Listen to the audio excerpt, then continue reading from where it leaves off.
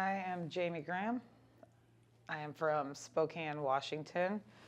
I started out just as a weirdo, basically, my entire life.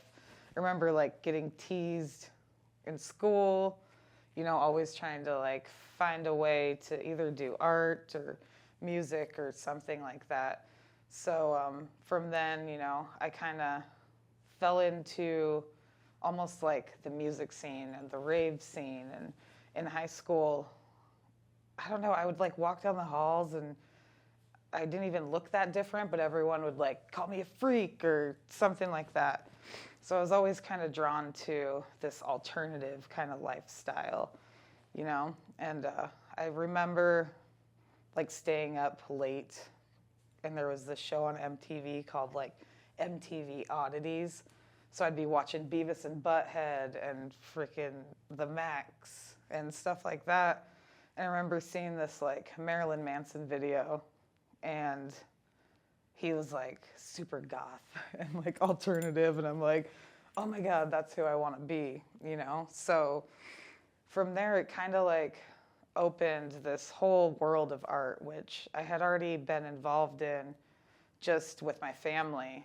My grandfather's Italian, and I always was painting eagles and things like that, and they would encourage me a lot. So I remember during that high school time, I just kind of fell in more to the like alternative kind of realm, and it took me just to a whole other, I guess you'd say, dimension of art and tattooing, and it was something that I really wanted to like look for and follow. And so from there, it kind of just opened this whole new world. And see, that's where I get lost again. There you go. So pick getting up from there, it opened a whole new world. And then let's go into your first attempt at getting into tattooing. I just feel like I'm getting sweaty. Okay. No, you're good. Am I still on there? Yeah. Yep. Okay. All right. So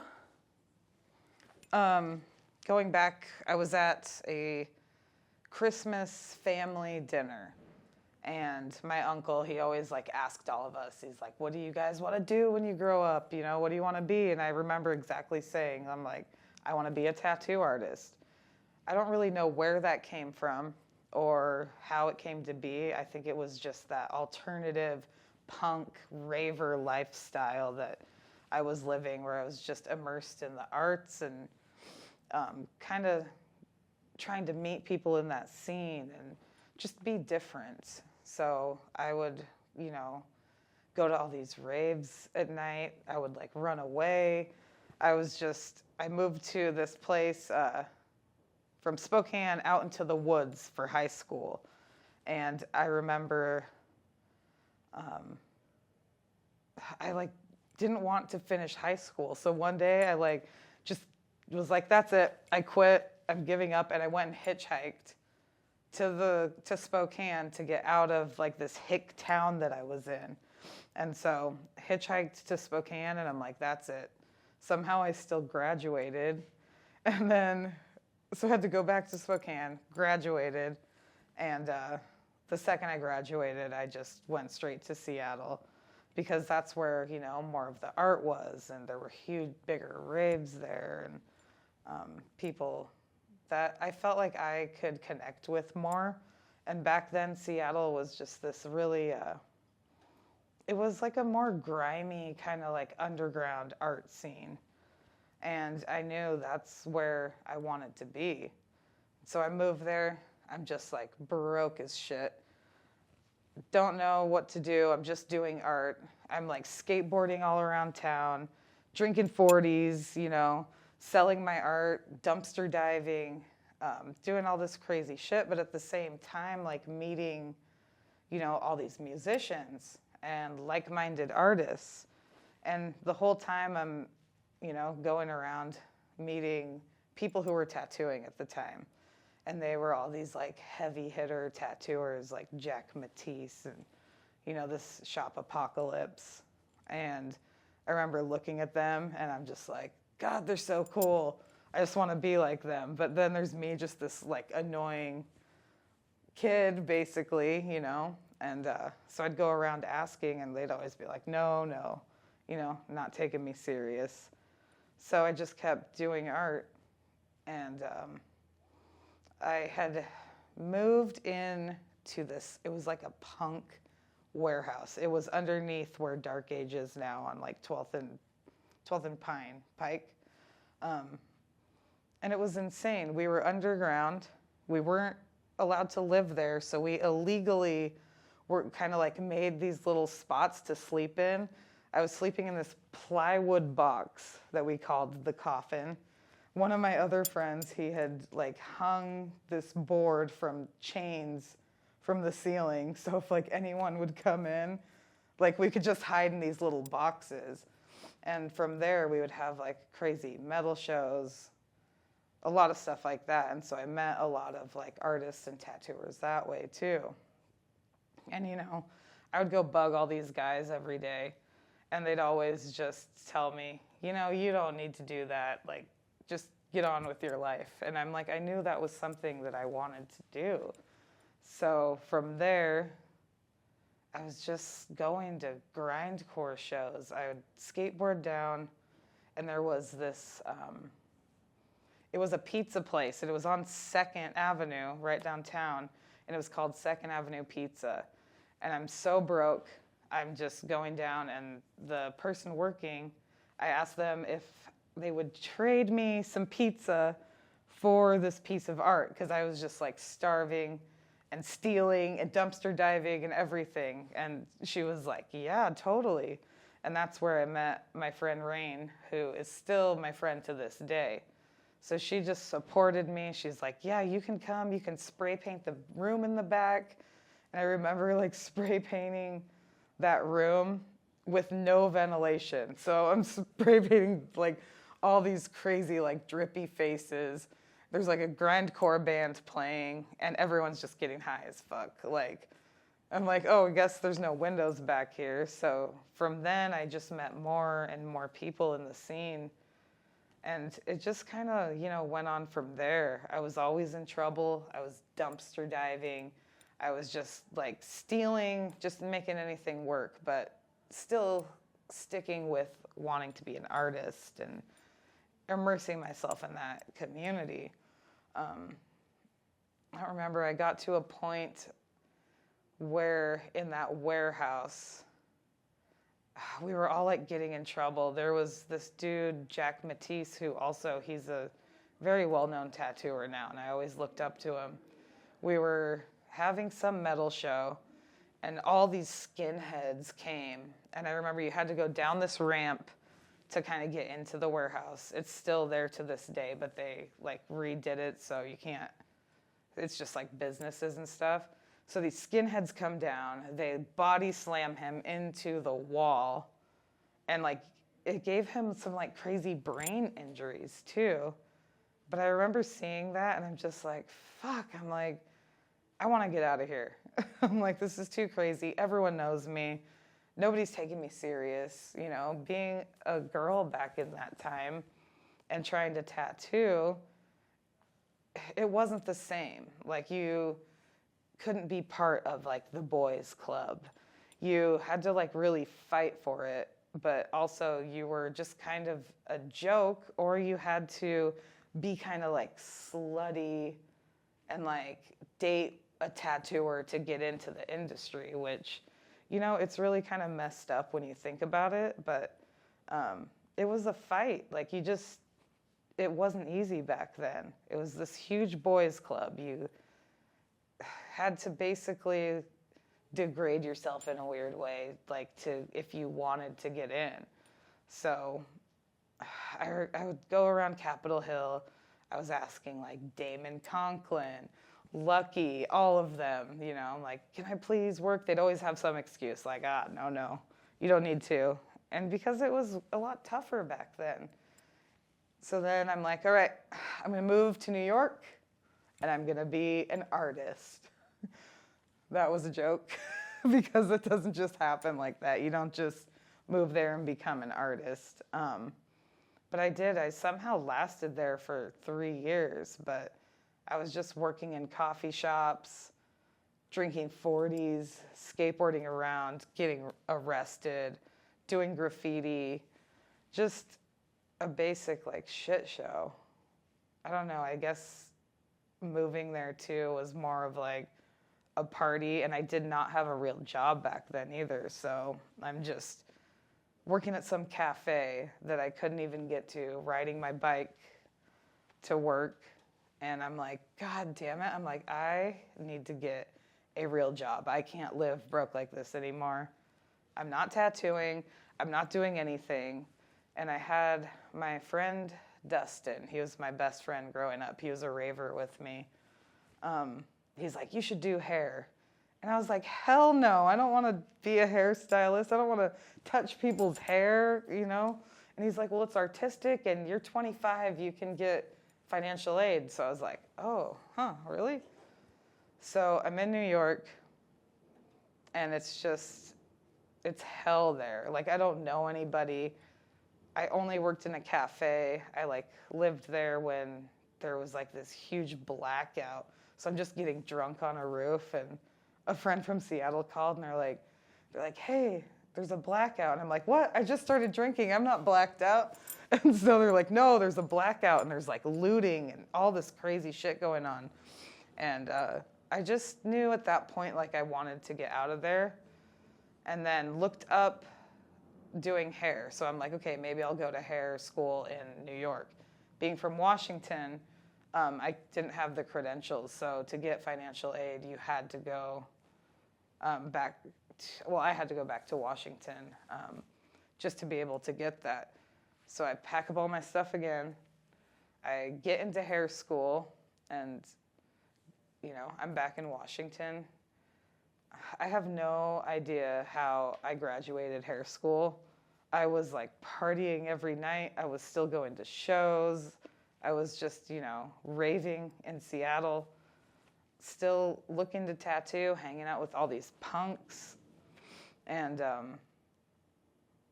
remember the day that I was supposed to graduate, I was like, thank God I finally got through after like so many extensions. It snows in Seattle, which it normally doesn't. So it snows, I get all the way out there. I didn't have a car. I was always riding the bus. And it's like, the school is closed on the day I'm supposed to graduate. And I'm just like, God damn it. So I go back home, and I'm like, all right, I'll graduate the next day. So I go back out there, do all my credentials, everything. Finish that, and I remember being, there's this bar called the Cha-Cha, which it's still around, but it was like old Cha-Cha. And I had just finished state boards. I had graduated. And I'm sitting in the bar, and there's this guy, and he's like, oh, you just finished hair school, and you have your license. Do you want a job? And I'm like, yeah, totally. We're all just like doing a shit ton of cocaine, like sitting in the old Cha-Cha. It was way more fun than it is now. And so he hires me, and it's like my first job. I'm like thrown into this whole Rudy's Barbershop, which at the time was, it was tattoo/barbershop.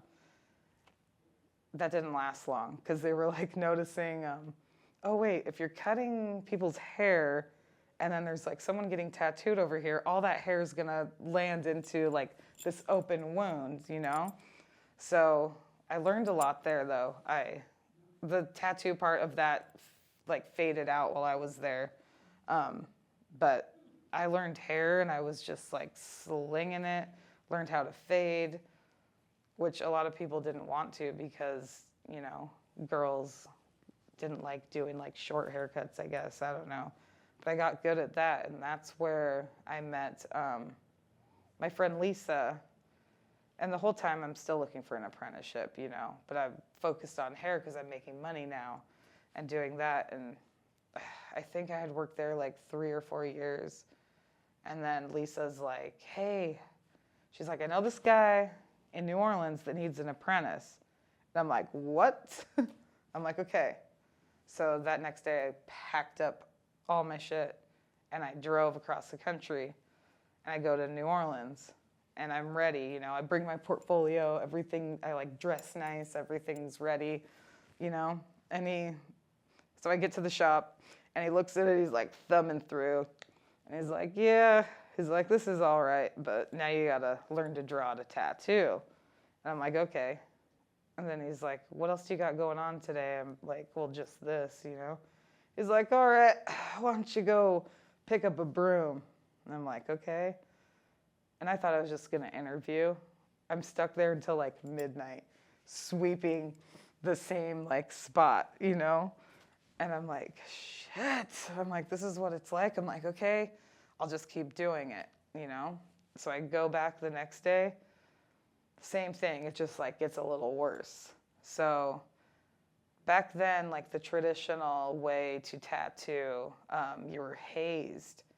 And if you couldn't handle being hazed, then you weren't going to make the cut, you know? So I was like fucked with, like, I would have to pick up these loogies. So my boss would go outside and he would like smoke cigarettes and hawk these huge green loogies on this tree. And he'd be like, pick it up like you're picking up a kitten. And I would like have to like pinch these loogies off the tree.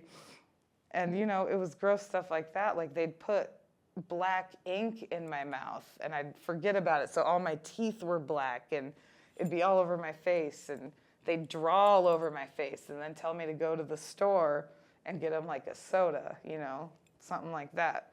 And I had to do everything. I was scrubbing everyone's tubes. I was answering the phone. I was drawing all the artwork for, you know, my boss and, you know, some other coworkers too. And it got like really insane sometimes, like trying to do like 100 different things at once. I would literally go out into the parking lot, take a breath, and like I'd like cry for 2 seconds and then I'd like suck it up and go back in. And it was a test. And it's just how like tattooing used to be, like the hazing, if you couldn't pass the test, then you couldn't get in. And then being a girl too, like you weren't allowed to be offended. You weren't allowed to have an opinion, really. You had to be called names. You had to physically be abused, which I remember back then a lot of people are like, how could you take that abuse? And to me, I was like, I don't care. I want a tattoo. I'll do whatever because it's not fazing me, you know? I'm humble enough to know that whatever they're doing is just kind of like for the game, you know? I'd be drawing something, I'd show it to them, and they'd just tear it up right in front of me. There was one I had to draw Mount Rushmore. I don't know why in New Orleans people got Mount Rushmore tattooed like more than anything, but they'd change it to where it's like, I want Mount Rushmore, but I want like Tupac and Barack Obama and like change it up. So I remember having to draw that a lot. And this one time, like, I think I drew it like, it had to be like 15 times. And finally by that last one, I'm like, okay, this has to be it. And my coworker, Johnny, he just rips it right in front of my face. And I'm just breaking down, you know? But I hold it together because you have to. They put me through hell. I had to like paint my boss's house. I had to just ride around with him in the truck while he's going to Home Depot because he loved it. That's where he'd like pass out his cards and stuff, you know? And I'd get snapped with rubber bands while I'm drawing, get your chair kicked out in front of you. I'd have to like wipe down the toilet before he would go into the bathroom. You know, just anything you could think of to do for hazing, like it was done. I finally felt like I was like ready to tattoo. And it goes back to like, I didn't have machines or anything. He locked up whatever gear I had that was, I don't even remember. Someone had like passed it down to me. It was crappy machines and shit. Locked that up. I didn't touch a machine the entire time I was there. And I'm feeling ready, set up everything, know the needles. I think I'm gonna tattoo. And then he calls the piercer, Carmela, over. And he's like, Carmela's going to do it. And I'm just like, are you kidding me? So no matter what, like no matter how hard I tried, how much I knew, I never tattooed out there. And I knew a lot. He taught me a lot. And looking back on that time too, all the like kicking of the chair and, you know, just hazing, I use it to this day. Because when you're tattooing people, like they're going to move, they're going to freak out, you know? So it actually wasn't just like abuse. Like I learned a lot from him. It was crazy in New Orleans because I got to the point where I was moving out of the place that I was in, and Johnny was like, you should move into my apartment. He's like, it's closer to the shop, blah, blah, blah. I'm like, okay, cool. It'll make it easier for me. That place became infested with bed bugs. And next thing I knew, like, my whole apartment is, like, burning down. The only job also, I forgot to mention this, that I could get, I worked at this, like, Mexican barber shop because I was broke as shit to there. Doing haircuts for $5 a haircut. And half the time, like, no one would sit in my chair because, first of all, I was a girl. Second of all, I wore a lot of black. And third, I didn't have any children, so they thought I was, like, the devil, like, in the Latino community, you know? But there was this dude who I was cutting his hair a lot, and, like, we kind of became friends. He ended up, when my house was burning down, kidnapping me for, it was literally, I think it was almost like 17 days, driving me across, in New Orleans, the longest bridge. It's actually the longest bridge in the United States, Lake Pontchartrain, because you can't really get pulled over there. So, robbed me. I had $300 to my name. I had lost my house, and I called him thinking he would be my friend, but literally he just kept me kidnapped in the car for, about like 13, 15, I don't even remember how long it was. It was weird. I don't remember where I was because he drove so far across the lake, and I was in New Orleans and I didn't really know anybody. And finally, after like so many days, we get to this hotel, and I'm like looking down and around, and I'm like, oh my God, I'm supposed to be at work. I wonder if, you know, anyone's looking for me. There's like roaches in this hotel. The only $300 I had was like sitting in my bag, like kind of on the bed. And he's like, okay, I have to go to work. And I remember like going into the bathroom just to like get away.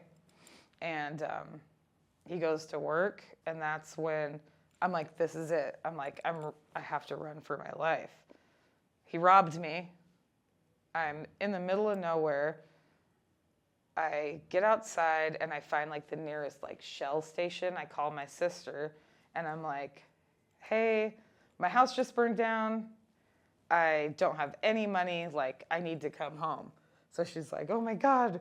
She's like, what's going on? And I'm like, I don't know. I just need to get home. And she's like, oh my God, it's your birthday. And I'm like, oh yeah. Because everything always happened on my birthday. I'd be like arrested or break my arm or, you know, something. So it was very common. Luckily, I had like my ID, my hair cutting stuff, and my tattoo stuff on me. So I just like am panicked waiting at this Shell for this cab that like it never seemed to come, you know. Finally, it did. Hello? Sorry. It's okay. You're good. No, I'm like, Pick up with finally you did. yeah, finally, I did, and then now I lost my train of thought. Sister. Oh yeah, so finally I'm at this gas station waiting for this cab, and I'm like pacing because I'm like, this dude is gonna like find me. I don't even know what he wants from me. He never did anything like violent, just kept me like trapped in that car for a while. So finally the cab comes, I get on an airplane, and I'm like, God damn it, and I'm back in Seattle. My apprenticeship was like almost done. I was ready to tattoo. I had gone through a year. I had been hazed. I worked my ass off. But just the turn of events, like I had to get out of there. So I get back. with nothing, absolutely nothing. I had like the clothes on my back. Everything else was infested with bed bugs, whatever. And I'm like, I don't care. I left all of it. So, of course, I go home to my mom's in Seattle, and she's like, we got to get you some clothes. We got to get your life together. I knew Rudy's would, like, take me back, so she, like, goes to Ross and gets me, like, denim and, like, just funny clothes. I was just so traumatized, I didn't care. And Rudy's took me back, so I'm like, okay, I'm going to work, I'm going to make money, and just pick up where I left off, you know? So I roll into work, and everyone's like, what the hell are you wearing? And I'm like, dude, I don't know. I don't want to talk about it. Lost everything I owned. I'm cutting hair for another couple years and still looking for this apprenticeship, you know. It was great doing hair because I knew I had like some kind of like back to where I didn't have to like live and be broke. And I could always just sling that and still pursue this tattoo career. And by then, you know, working in New Orleans with Jew, his name was Juju Becker. He was great. He sounded like Boomhauer from King of the Hill. It took me like 3 months to even like understand what he was saying to me, but it was hilarious. But he taught me more than I thought, you know, and I didn't mean to just dip out on him, but everything just got so crazy. So I had a lot of knowledge under my belt. And I'm cutting hair back in Seattle, and this is where I'm just diligently looking for somebody to take me on because I kind of know what I'm doing now, but I still haven't tattooed. That's where I run into Lance Netherland at this bar, the High Line. It's like a metal bar. And I'm like, hey, Lance, I'm like, I know you got a shop. Like, I just kind of had to leave my apprenticeship. I'm ready to work. And he's so drunk at the time. He's like, oh, yeah, totally. He's like, you know, come on in tomorrow. So I, like, show up the next day. And he's kind of like, what are you doing here? And I'm like, oh, I'm here to work. I just start, like, scrubbing tubes, you know, staying there. And he's just like, okay, whatever. A couple days go by. I'm still there. And he's like, now that I talk to him, he's like, I don't even remember telling you that you could come work with me, you know? But I just like didn't leave. I just kept at it. And I'm like, I don't care what has to be done. I'm staying here and I'm going to do what it takes. Next thing I know, this guy, Sebastian, rolls in. He's like another punk like me. He's a great artist trying to tattoo, but he like is trying to make his way as well as I am. And he didn't even remember like safety and sanitation. So now Lance has Sebastian and me, and we're just these like broke punks hanging out in his shop. But it's inside of Studio 7.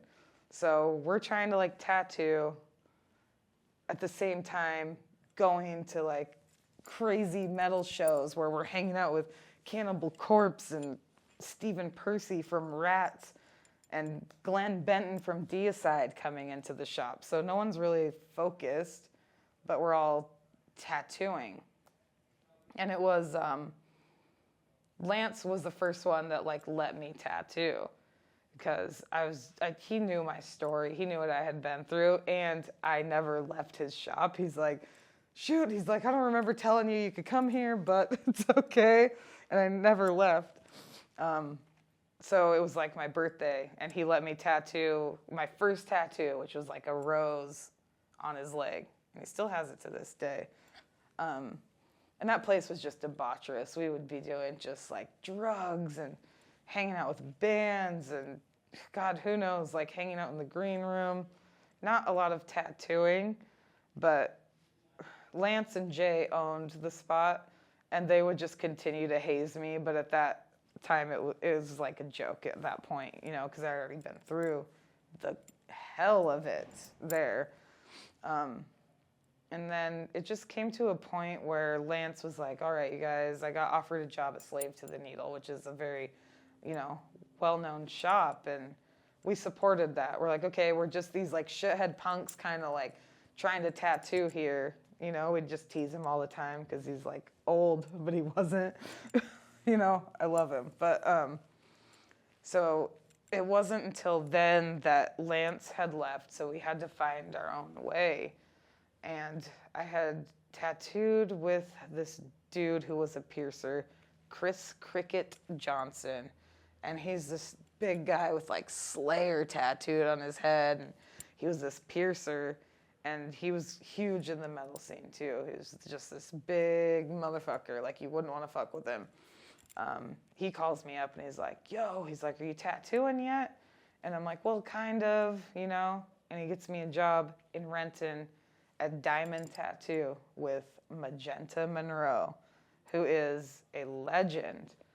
And she was one of, you know, the very first kind of well-known female tattooers in Seattle. And you couldn't miss her. She had pink hair. She would tell jokes. She was hilarious as all hell. She had leopard print tattooed all over like her boobs, full bodysuit. She was in magazines. And she took me on. And she would just be sitting at her station. People would be waiting for her. She'd be talking into her machine like, hey, is this thing on? She'd be like, will you go home and watch my dogs? And people would go and do it. And she'd just be tattooing, harassing people, like funny as fuck. I had to borrow my friend's car to even get out to Renton at the time. And it had a flat tire. I don't even remember if I had my driver's license. But I was supposed to go do this convention with her. And the whole time, we're doing hella drugs. I'd show up at like 9 in the morning. And she'd be like, you want a line? And I'm like, hell no, dude, I just woke up. And then by 11, I'd be doing it, you know? And she would just, you know, go on, all of us would just be, you know, partying all day. And we were supposed to do this convention. So she's like, Jme, put this stuff in your purse and then bring it back in the morning. I did not keep it in my purse. I went home. I did all of the drugs. And then I'm late for the convention. So I think, God, I had woken up like 5 hours late or something. I call her and she's like, I don't even want you to come, blah, blah, blah. So I don't go. And go back to the shop like a couple days later. And all my shit's packed up. It's gone. I don't know where the hell it is. So I tell the apprentice, I'm like, yo, dude, I'm going to call the cops if you don't show me where all of my stuff is, you know? Like, I had machines by then. I had been tattooing. They weren't that good of tattoos, but eventually saying, like, the cop thing, which I hate to say, but that's what got my stuff back, because it was just, you know, I needed it, and there was no other way. I wasn't going to let them, like, take all of it. So there I am again, cutting hair and not tattooing. You know, it's just one thing after the other. And I cut hair again for a while. See, it seems like redundant too. But I finally, you know, my friend, she's like, oh wait, she's like, you worked at Diamond Tattoo. My friend, he needs an artist out at Echo Tattoo. And by then, I had done, like, the worst tattoos of my life. Like, I remember tattooing this lady, and I was like, thank God this is on her back because she can't see it. Because I had guidance, but I still didn't know what I was doing. So back then, too, there wasn't, like, Pinterest. There was barely Google. And Magenta, I remember her being like, oh my God, if you type a word into the computer in this Google thing, she's like, it's gonna bring up all these pictures. Like she was like, her mind was like blown, you know? So you didn't have that, so it wasn't as easy. Like you couldn't just copy and paste stuff. Like there were no iPads or anything like that. So I remember I'm like, I need a real job tattooing. My stuff kind of sucks, but I'm going to fake it till I make it. It's the only way. I had like, I don't know if it was failing necessarily, but it was just like one hit after the other, you know? So I look up on Google, there's like this picture of like a butterfly tattoo. And along with my portfolio, I kind of just like slide it in there and bring it to Echo. And Neil, the guy who worked out there, he's like, oh, he's like, these are your tattoos? They're pretty good. You got the job. And I'm like, okay, all right, kind of lied a little bit there, but, still got in. And there is where I really started just like taking everybody, like turn and burn them. I didn't care. I kind of was teaching myself at that point. And it wasn't great tattoos. They probably weren't even good, but I was working my ass off there. I remember Lisa, when she was there, she's like, it's weird. I've been tattooing a way shorter time than you, but my tattoos are a lot better. And I'm like, yeah, no shit. I still don't know what I'm doing, after I'd been through all of that. So I'd worked there and really, started getting my chops up. And I was ready to leave. Like, I just was feeling stagnant. And my dad was getting sick. And I remember Lucky, who I had talked to, who I asked for an apprenticeship, who told me no. I remember he had a shop that he was going to open in Coeur d'Alene. So I'm like, okay. I feel like I'm ready to go talk to him and ask him if I can work for him finally, because he had a good shop. There's a lot of homies that worked there.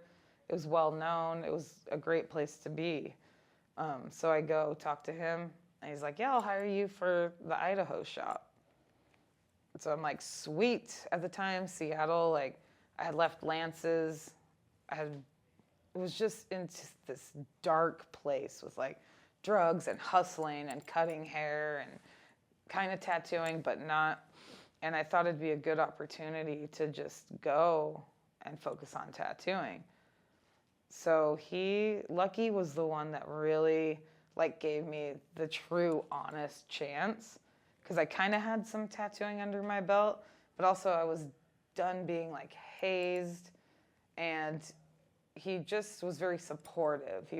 We kind of call him like he was like the leader of all the misfits. Like a lot of people who worked for him, like we still work together, which is really cool, because he just paved the way for a lot of tattooers that were kind of, dorks at first, but now we all can tattoo. And I left Seattle, and I kind of got out of the scene, and I just put my head down, and I just started tattooing my ass off, because he gave me the chance to do it. And I'm in Idaho, so I don't know anybody. So I literally took anything and everything, and I just sat there and tattooed. I didn't care what it was. I would try anything. I didn't care if it was fucked up. I didn't care if it was good. I just tattooed. That is when that's when COVID hit and stuff, and things started getting really weird out there. We had the best crew. Like, before COVID, we would just like skateboard. We would have barbecues while we're working.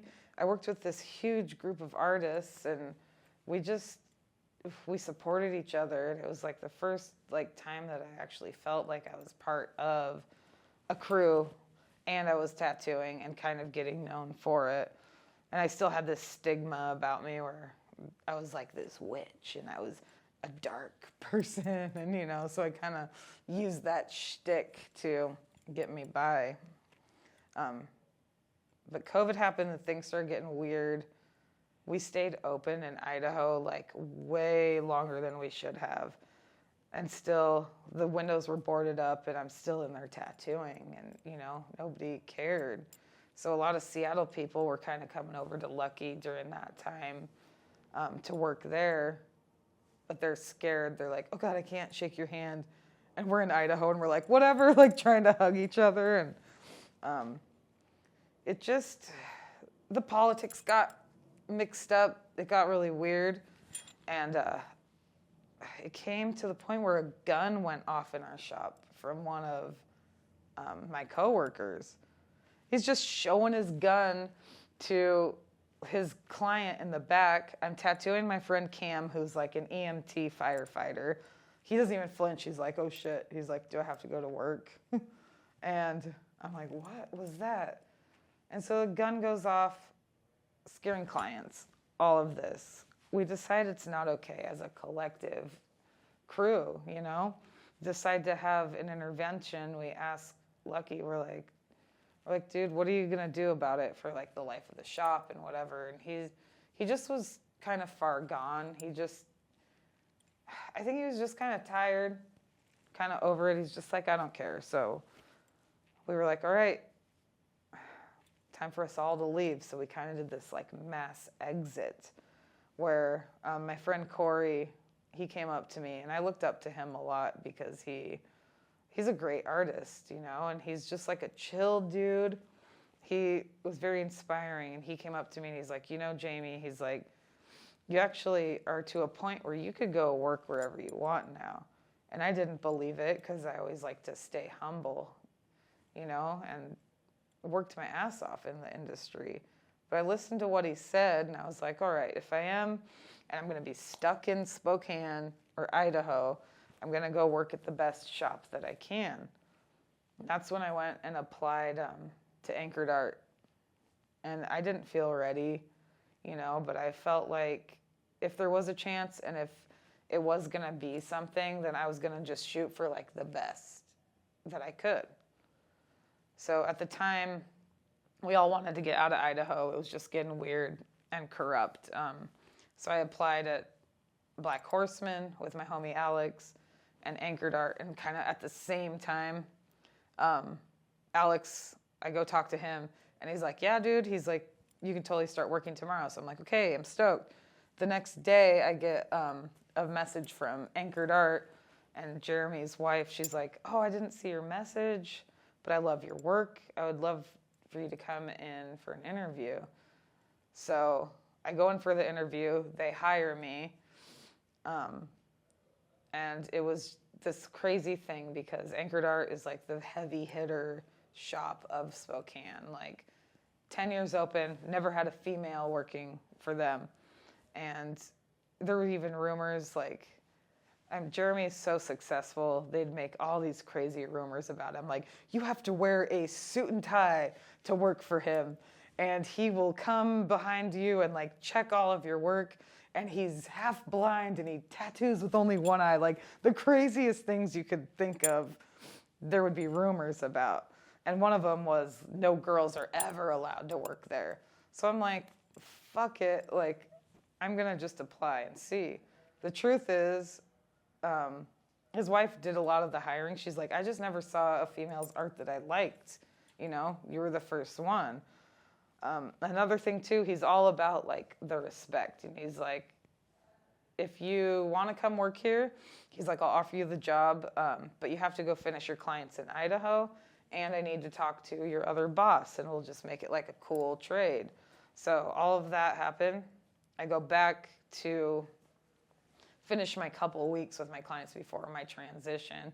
And all the girls there are like, what did you do to like get into this shop? People are like, they thought I like did something crazy or paid someone off, who knows? More rumors, But really, I just applied, and they liked it. And Lucky was very supportive. He was like, I want all my artists to go and, constantly want to do better. And he gave me my blessings to go to Anchored Art, and that's where, I really came up. Like, my tattoos were still shitty, but I had been hitting it hard day and night, only tattooing, like stopped partying in Idaho, just put my head down and was tattooing. Get hired at Anchored, and people thought it was like overnight I got good and got this job. They didn't realize it was like 10 fucking years of work and trial and error, and then literally like to be a good tattooer, I like put my head down, I like stopped going out, I stopped doing everything, and I like sat there and I focused and I just tattooed every day for like 12 hours a day, because we were open 11 to 11, I remember, and I would just never stop. And so people seeing that on my Instagram and stuff, that, oh wow, your tattoos are actually good and you're tattooing now, and they thought it happened overnight. They didn't see that it was this huge thing of like, it was the hardest work I've ever done. And still to this day, I still am trying to get better. Like, I still feel like tattooing's hard and it's not easy. And being in the cusp, so I started the old school way, and then I was in it when the new school started. So I was there when iPads started getting introduced. I was there when Rotary started getting introduced. And I remember being against it. I was like, no, that's cheating. Like, I have boxes and boxes of just tracing paper because that's how you had to tattoo. And I used to have to make needles and all of this. And I'm like, an iPad? Are you kidding me? That's cheating, So being on that cusp is something that is really incredible to me, because I have a lot of my peers who were learning to tattoo at the same time that we have both of that. And it's either like, there's the old school tattooers who are like, nah, whatever, I'm never going to use technology. I'm not going to use, iPad and stuff. And then they get mad about it. And then there's the new people who are like, oh, I could do whatever you want. They don't know what a thermofax is. They don't know what a clip cord is, And so being on that cusp and having both is something that's really special to me. And it keeps me humble to the fact that, tattooing is like, it's a sacred art, and you don't get hazed anymore. You can be sensitive, There's like rules and stuff where, you can hang plants in the shop and be, like have your private studio where everybody's safe, which I agree with. But where I come from, the old school, like it was just rugged as shit. And, you had to like really fight to get in. And that's what humbled you. And if you weren't able to be humbled and you were just some kind of like asshole, they would kick you right out. And so seeing that cusp now where these people who didn't want to apprentice and thought that they could do it themselves are teaching themselves and opening their own like private studios and not respecting kind of the craft, but in a similar way they are. So it's really crazy how different it is now to watch that, and it's no hate or, I don't favor one side or the other. I think it's just really special that I got to be a part of both of those. And it's kind of sad that it's not fun like it used to. Like we used to just like party, but also you'd get kind of beat up. Now it's like you just have to be so safe and careful, which is okay too. But Anchored Art, they kicked my ass, and being like the first female there was something that really, solidified for me that I had worked my ass off to kind of get where I was, even if I had to kind of like bend the truth a little bit, but it was after all of this work that I had put through. And so, I'm proud of myself for sticking it out in a way. And I think, the fact that women are able to be in this industry now is incredible. You used to have to fight your ass off, or you had to like fuck some tattooer to get in. And the old school ones, like it's really cool that they paved the way for all of us too. And it's not just a boys club anymore. And there are some incredible female artists, and a lot of people, they're like, God, still to this day, I get like some clients like, well, I've never been tattooed by a girl before, and I'm like, what century are we in? So just that whole journey, I wouldn't trade it for anything. But it also wasn't something that happened overnight. It was a freaking over a decade of just working my ass off, being humble enough to get my ass beat, and finding a way to not ever be offended while being in like this boys club. It just, it's a really cool thing, and I hope that that kind of old-timey stuff can pass down to like the new generation. And I'm interested to see also too where it's going to lead next, because with the old school and the new school, it's like the new school, the easy way is just to open your own shop, then you don't have to deal with anybody.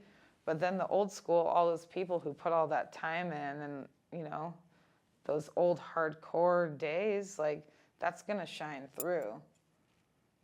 If you just buy a tattoo machine off Amazon and you're like, I'm a tattooer now, it's easy.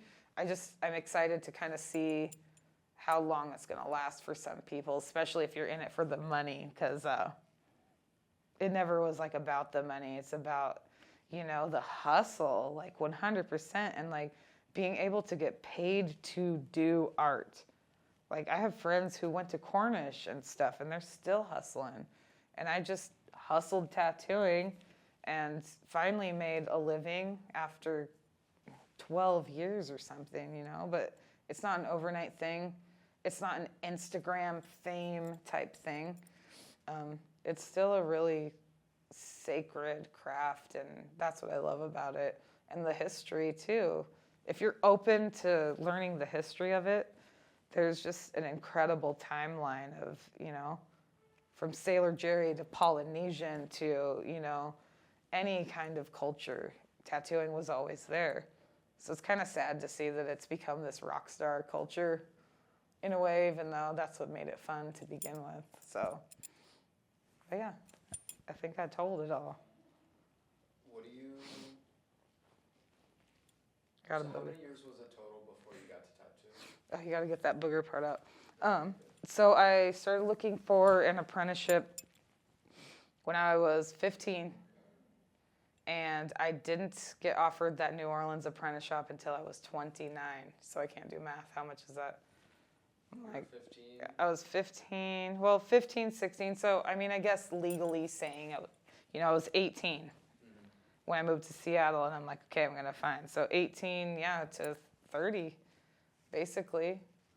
And that was that many years of people just telling me no, having to like do, side hustle. Bullshit to make it happen. Yeah, and then it took another, I still feel like I'm not good. I'm always trying to get better, And I love that. Like that's constantly my thing. Like I'm always striving to get better. So if I get stagnant at a place, then I want to move on.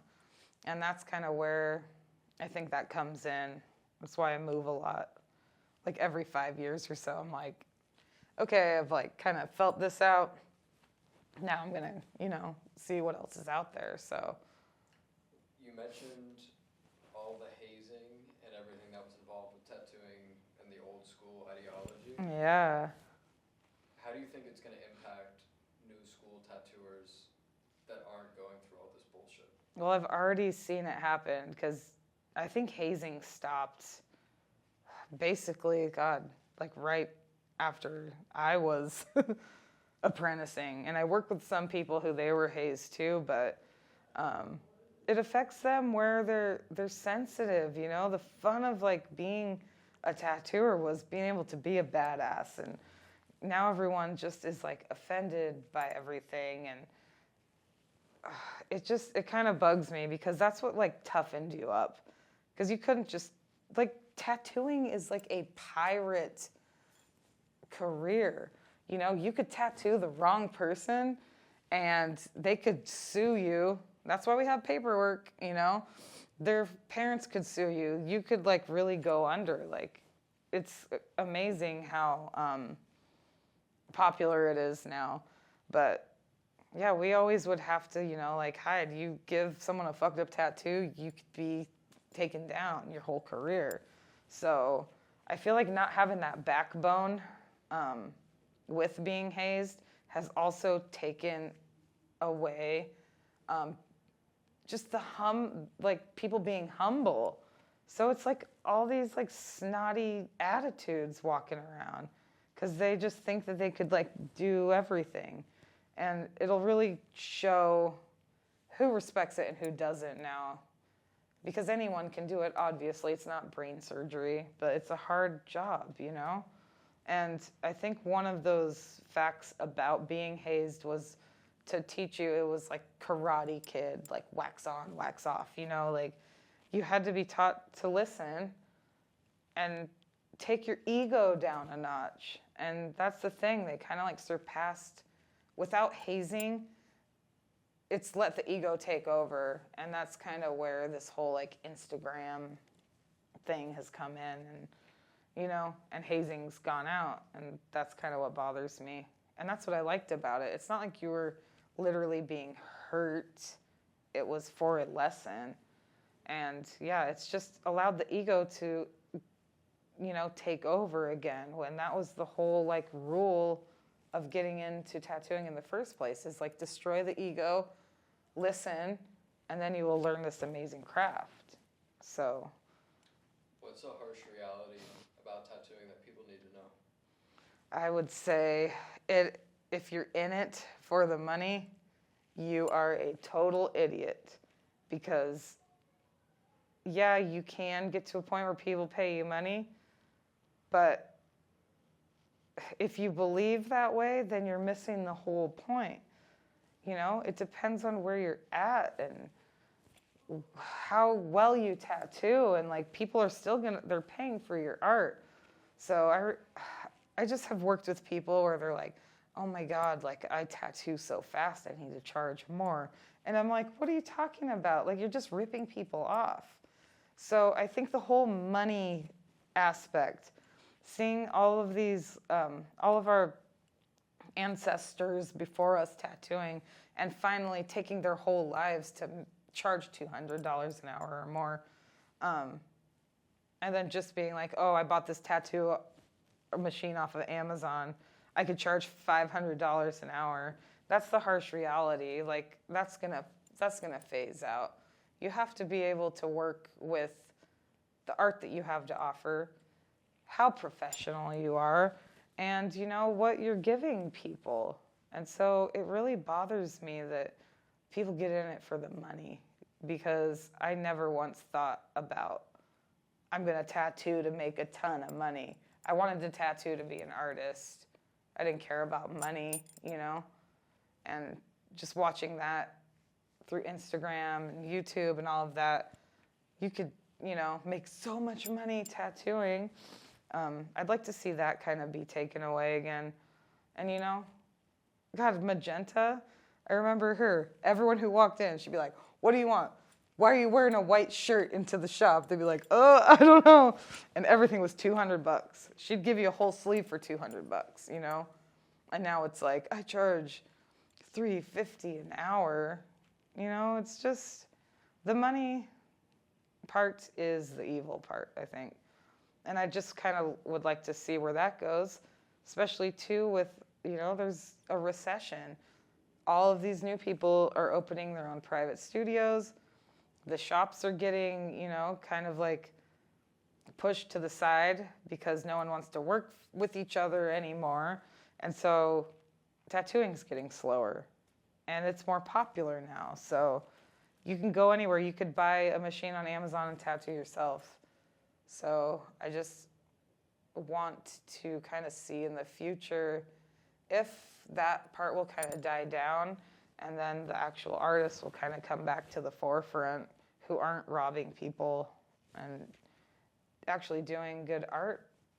You know? I think it's safe to say everyone should work in a walk-in shop I mean, at one point. I feel like it taught me the most.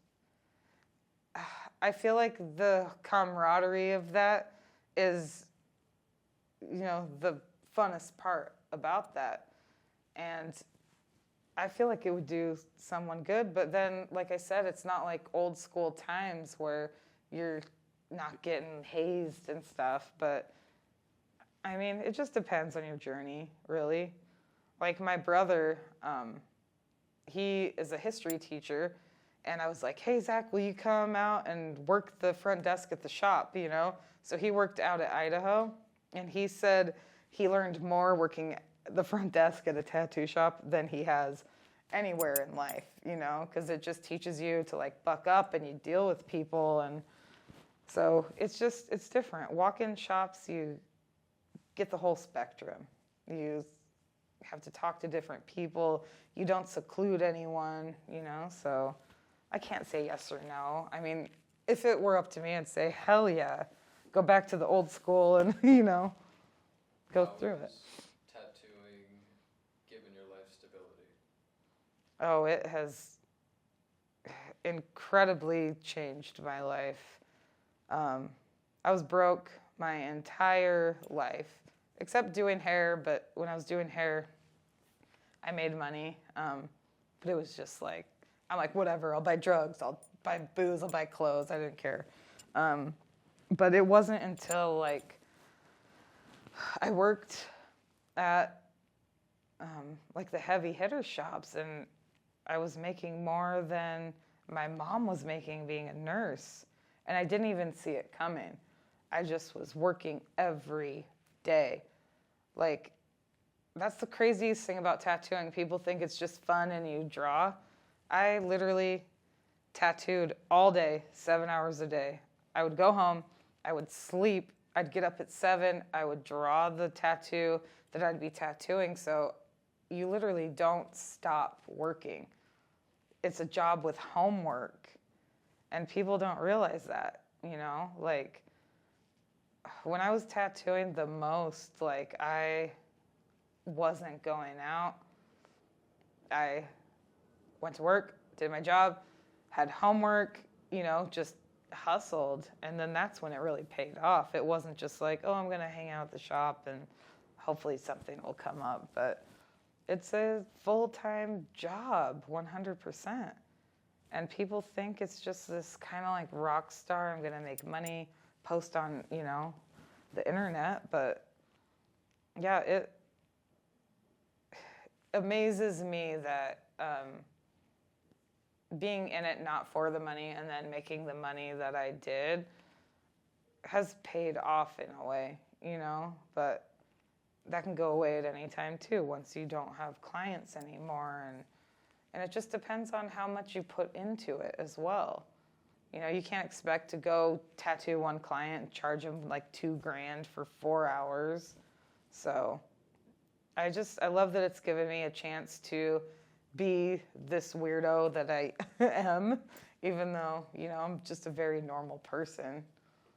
But I'll walk around and I'm like, God, do I look different than everyone else? I don't know. I guess you just like carry it a different way, you know? So, but it's great. I can say it's a career now, and it's awesome to say that. Awesome. Yeah. Thank you. Yeah, that was good.